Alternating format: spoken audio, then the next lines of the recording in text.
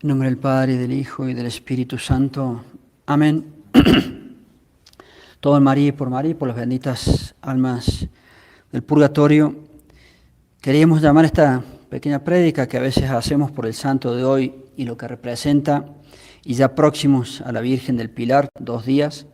Hoy es la fiesta de San Francisco de Borja, pero queríamos llamarla San Francisco de Borja y la Hispanidad, que sea como una especie de preparación para todo lo que significa la Virgen del Pilar, lo que ha sido España, la España católica, nosotros somos hijos de ella, toda esa defensa que debe hacer un verdadero católico de España, porque fue la campeona del catolicismo, y por eso los enemigos del catolicismo la odian tanto, y por eso en nuestras patrias se nos ha enseñado desde el nivel primario, el colegio, las universidades, todas esas mentiras y patrañas en contra de España. Un verdadero católico defiende a muerte a España, porque ninguna nación del mundo era tan católica e hizo una obra tan católica como la obra de Hispanoamérica. Esa es la verdad.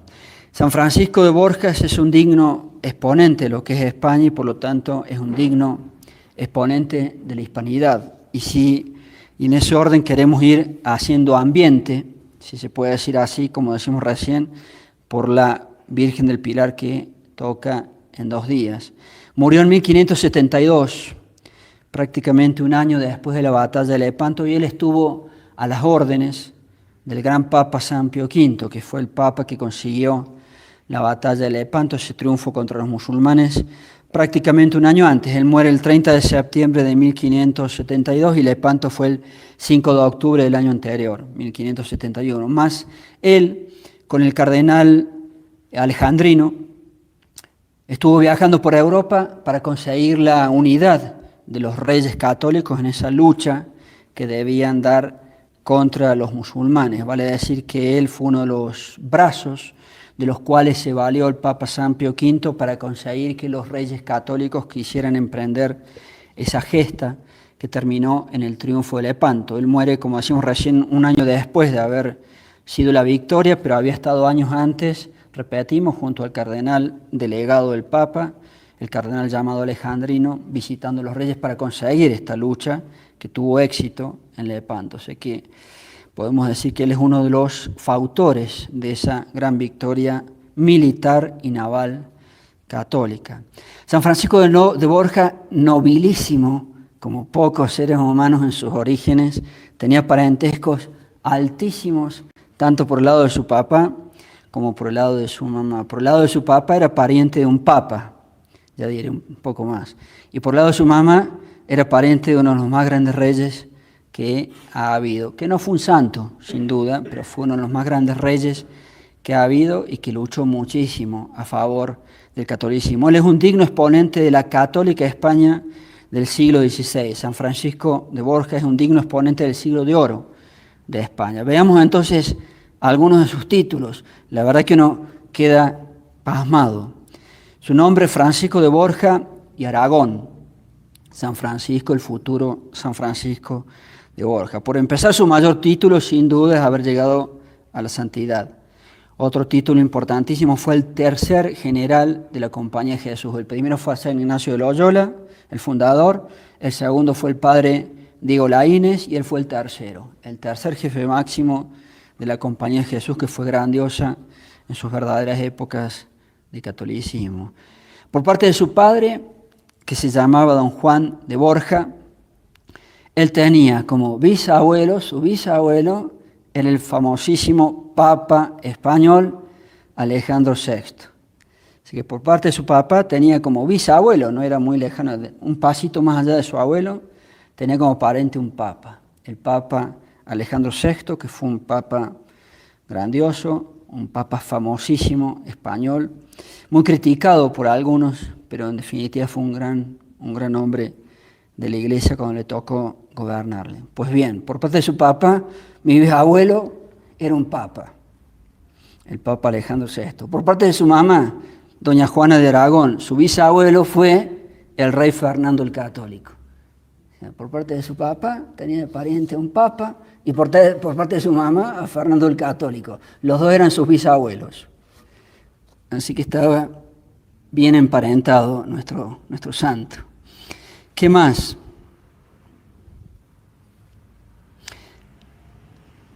San Francisco de Borja fue el cuarto duque de Gandía. Su papá era duque de esa zona de España, su papá fue el tercero, fue el cuarto. Primer marqués de Lombay y virrey de Cataluña bajo el grandísimo rey español y del Imperio Germánico, Carlos V. Era un hombre de confianza, un hombre de gran confianza, de uno de los más grandes reyes que ha tenido España y el mundo entero, y el Imperio Germánico, que fue Carlos V.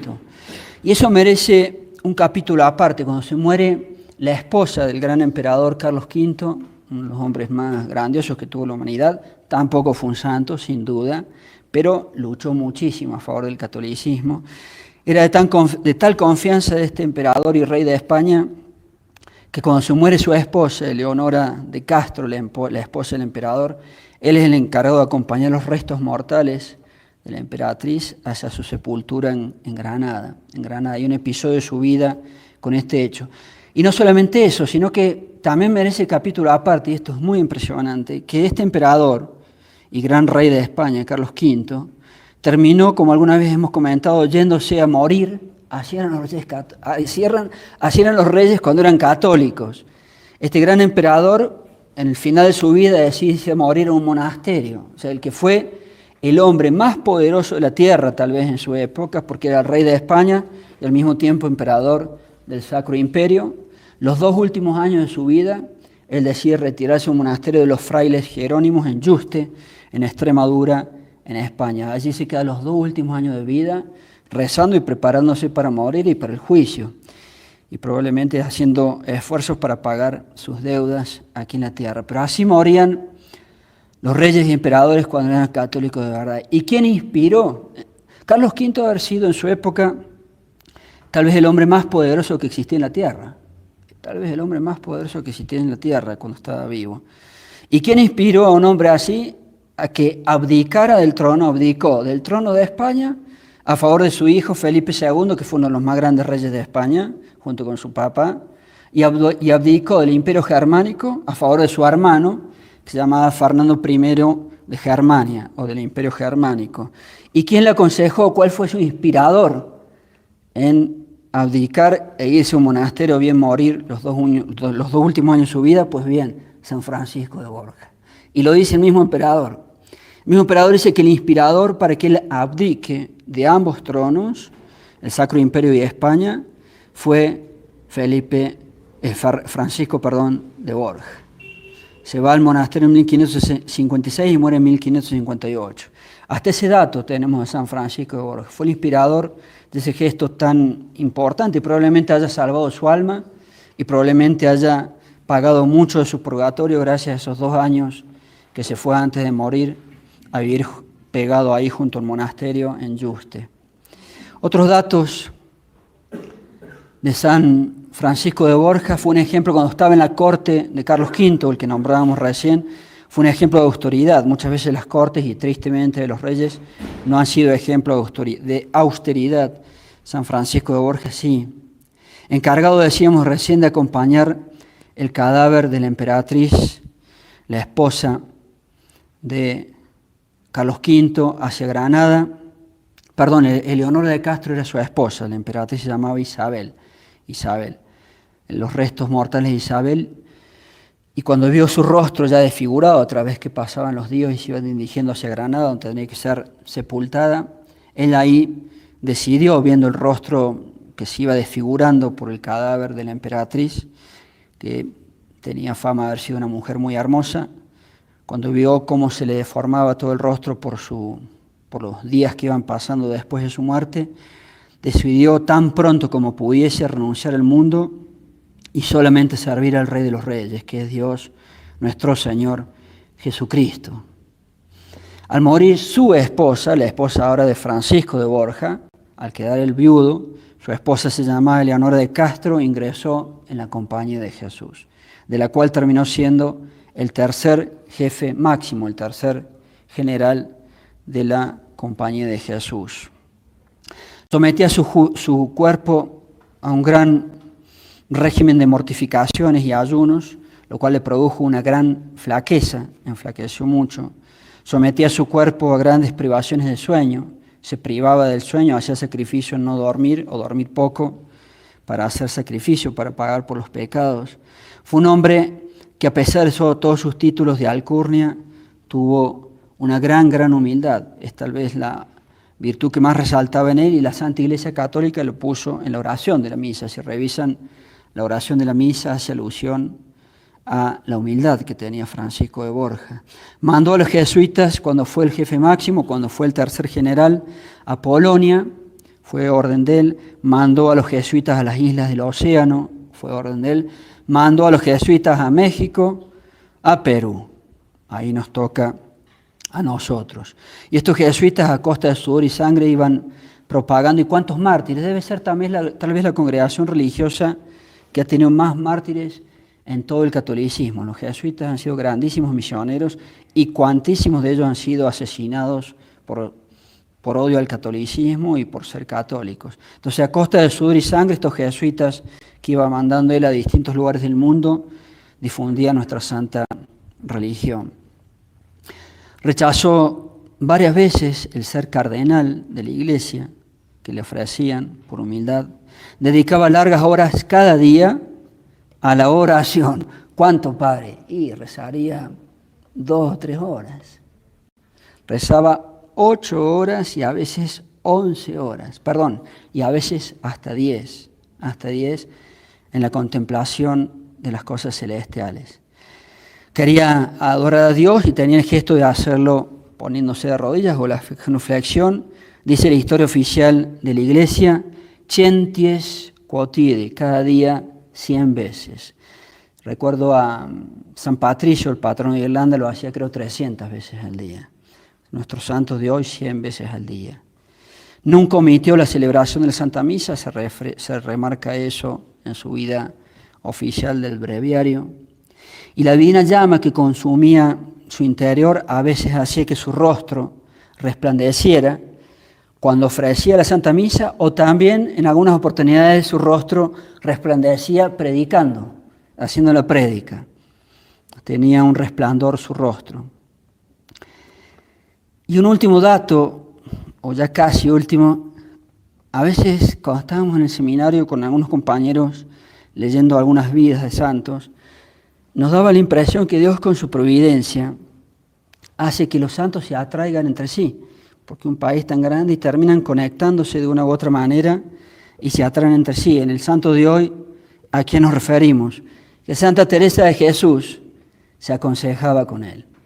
Santa Teresa de Jesús le pedía consejo. Hay algo como especial que maneja la providencia y los santos se atraen entre sí. La misma Santa Teresa lo llamaba santo. Santa Teresa de Jesús lo consideraba santo. Y fíjense la vida de Santa Teresa de Jesús, hago un pequeño paréntesis en esa relación mutua que Dios con su providencia a veces maneja en los santos. Santa Teresa de Jesús se hacía aconsejar con el santo de hoy, San Francisco de Borja. Santa Teresa de Jesús tenía relaciones espirituales de consejo, probablemente también la confesión, con San Pedro de Alcántara, llaman 2.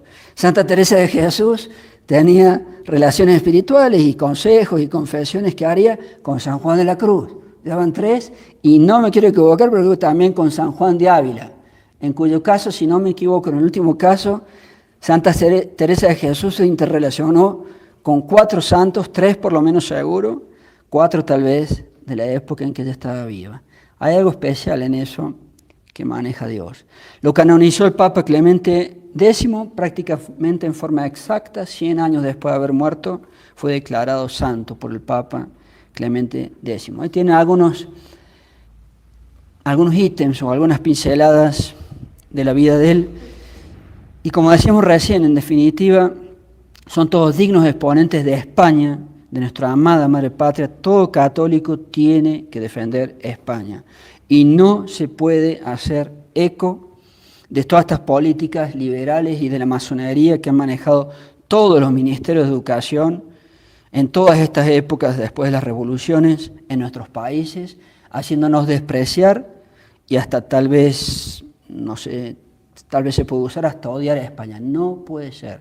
Un católico defiende a muerte a España porque la obra de ella, cuando nos hizo, y somos todos hijos de ella, en el siglo XVI, y San Francisco de Borja es un digno exponente de lo que fue España en el siglo XVI, en su siglo de oro, porque todos nuestros países fuimos hechos en ese siglo, cuando España, en comparación y frente a las otras naciones de Europa, España era la campeona del catolicismo, y por eso les tienen tanto odio, por eso tanta mentira de la leyenda negra. Y frente a tantísima obra católica a mano poder aquí en Hispanoamérica, defendemos a España.